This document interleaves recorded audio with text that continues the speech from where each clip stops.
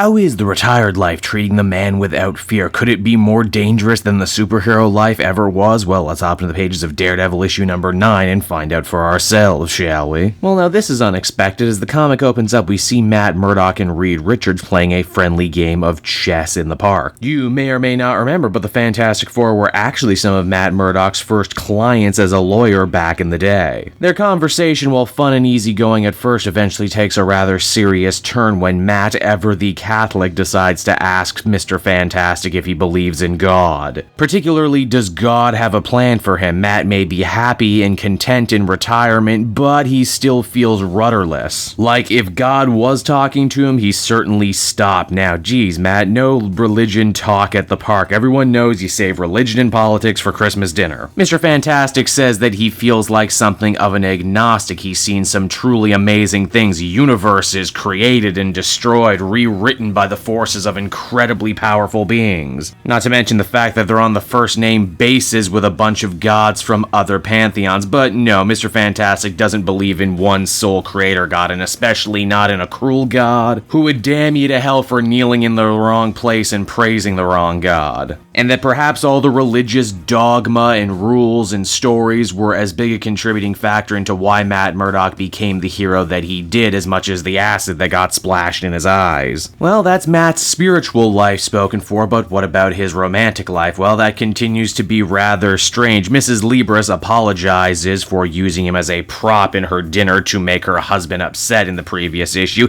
and also apologized for the whole almost getting him shot, too. There's no doubt that there's still a lot of sexual tension between these two, but they're from two completely different worlds, and even if Miss Libris is living an unhappily married life, it's still a married life. And even though Matt really wants to be with her, in doing so, the good Christian choir boy would be breaking commandment number 7. That's the one about adultery, in case you were wondering. Matt's not the only one suffering with difficult choices right now, so is Detective Cole North. It seems that he's finally ruffled enough feathers amongst the corrupt, money-taking members of the NYPD. They know he won't scare easily and is more than capable of defending himself, and because of that, the dirty cops in the Owl's pocket decide to take it out on his partner, and they say they're gonna keep taking it out on everyone Cole knows unless he straightens up and flies right. And I swear when I wrote this video, those weren't a bunch of bird puns, although now they're gonna be taken as that's, c'est la vie. Now later that same night, Matt goes to church and spills his guts to his favorite nun, who is not his mother. I'm actually surprised they didn't try and work her in here somewhere. The sister says that Matt is a smart, capable man, and I'm sure if he waits long enough, it's only a matter of time before God gives him a sign of what he's supposed to do next. Did I mention, at the very same church, a group of people are talking about a boy who went missing from the neighborhood, and I mean, really, if that isn't a sign, then what is? And you think at first Matt might just let this slide, might stay good to his word about trying to continue to fight crime and corruption, but do so without putting on a costume, but then he's quite literally smacked in the ears via super senses, with the boy's father being worried as well as the group of criminals who are looking to ransom the kid, and with that, Matt decides he's ready to get back into the saddle, if only for a little bit, by donning a t-shirt mask. What's interesting is during the fight, we once again hear the Owl mentioned. It seems that these gangsters were also selling a bunch of drugs that fell off the back of one of Owl's trucks in a previous issue. Matt has a fair amount of ring rust that he has to work out, but eventually he does make short work of the gangsters, even if he's almost half dead by the end of it. And now that he's done a good deed for the day, even in doing so breaking a promise he made to himself by getting his violent superhero quota, maybe it's time to also get his sex quota filled, by sticking it to a married woman who also just so happens to be married into a huge mafia family, because, there's no way in hell this is going to come back and bite him in the ass. I'd make a joke about the devil being horny too, but I'm not that tacky. And so that was Daredevil issue number 9, everybody, and once again Chip Zdarsky manages to deliver probably one of the most complex adult takes on a superhero I've seen in a very long time. A comic that very organically asks some very hard questions about faith and a person's place in the world. In lesser hands, all of this could very well have come off as tacky or pretentious or like an after-school special, but Zdarsky just makes it all work, and Matt Murdock is the perfect character to tell this kind of story with. I think what this issue really does is a nice job juxtaposing how selfless Matt Murdock can be as a hero, but how also completely selfish he can be as well. Then you got all the stuff with Cole North that only gets more and more interesting. I mentioned when all of this started that he's clearly meant to be a cracked mirror version of Matt Murdock himself, and I wouldn't be shocked at all if he ends up putting on a Daredevil costume by the time all of this is done to strike back at the dirty cops in the Owl's pocket. Cole's own quest to balance the scales of legality and morality mirroring what actually caused Daredevil to quit being Daredevil in the first place. Overall, I'd give this one another much deserved 8 out of 10, really solid reading. Hey there everyone, it's your old pal Cape Joel, and I want to thank you so much for watching to the end of the video. I hope you enjoyed it, and if you did,